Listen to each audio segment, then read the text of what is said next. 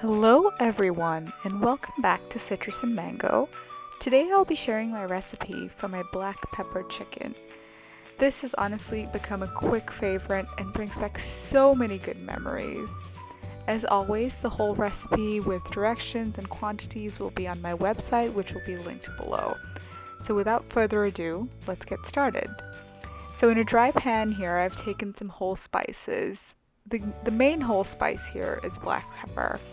And then in smaller quantities, I've also added some whole cumin and some whole coriander seeds.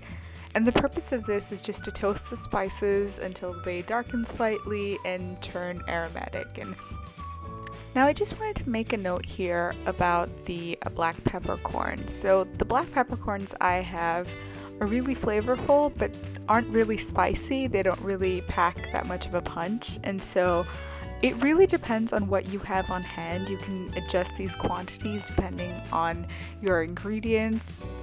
And so once these spices have toasted, I've just put them into a mortar and pestle to grind them up into a coarse powder, as you can see here. You can easily do this in a spice grinder or even a Ninja. I've definitely done this in my Bullet before. Once that's done, you take the same pan and add some ghee here. So I've added about a tablespoon in this case and wait for it to melt. And to this, I'm going to add some curry leaves. And apart from that, I'm going to add a whole lot of chopped onions. So you'll see a ton of it over here. And that's kind of the best part about this recipe. There are only a handful of ingredients, things that you probably already have on hand all the time. And it's really more about the technique than it is about any kind of fancy ingredients.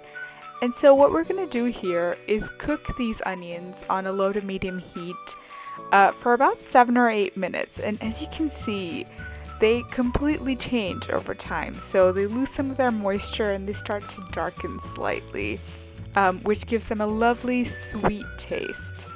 So once 7 or 8 minutes have passed and the onions look something like this, I'm going to add my green chilies as well as a tablespoon of garlic and ginger paste.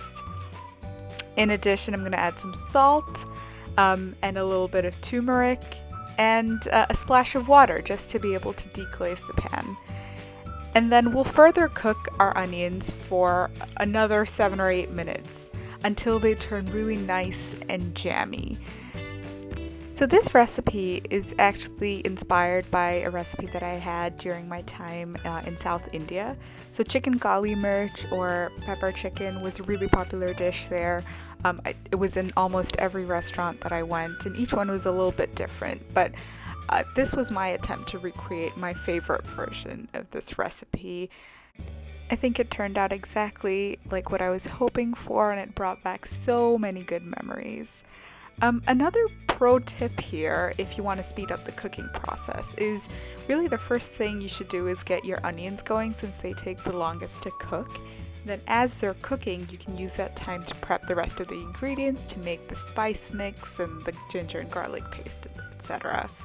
And so now that we've been cooking the onions for about 15 to 16 minutes, we're going to add in our chicken. I'm using boneless, skinless chicken thighs that I've cut into sort of 1-inch strips. And I've added all of our spice mixture here.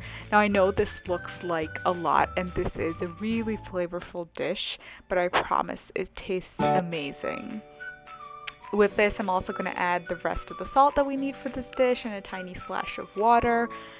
And now we just have to wait for the chicken to cook through, which should take anywhere between 6 and 8 minutes for pieces this size. This is also a great dish to use bone-in chicken in. Obviously your cooking time will vary depending on the cut of meat that you use, but I think it would taste great in this case. And this is also a great recipe to make in a large batch and sort of meal prep through the week. Obviously you can eat it sort of with flatbreads, naans or rotis or chapatis, but I think this would also taste great sort of in a wrap with a mint chutney or some mint yogurt or just a squeeze of lime juice. So it would make a great sort of lunchbox recipe as well. And our sort of final touch to this recipe will be to add about half a cup of chopped coriander or cilantro. Now, this is more than just a garnish. As you can see, there's a ton of it in the pan, and it's really to add sort of this layer of freshness since this is a fairly intense dish flavor-wise. And with that, we're kind of done, and our black pepper chicken is ready. Now, if you like my video and you like my recipe, please do like the video, share it with your friends and family, and subscribe to my channel. I'm going to be trying and posting new videos every week, so please do come back for more. I hope you guys have a great rest of your day or week, whatever you may be doing, and I look forward to seeing you all soon. Thank you.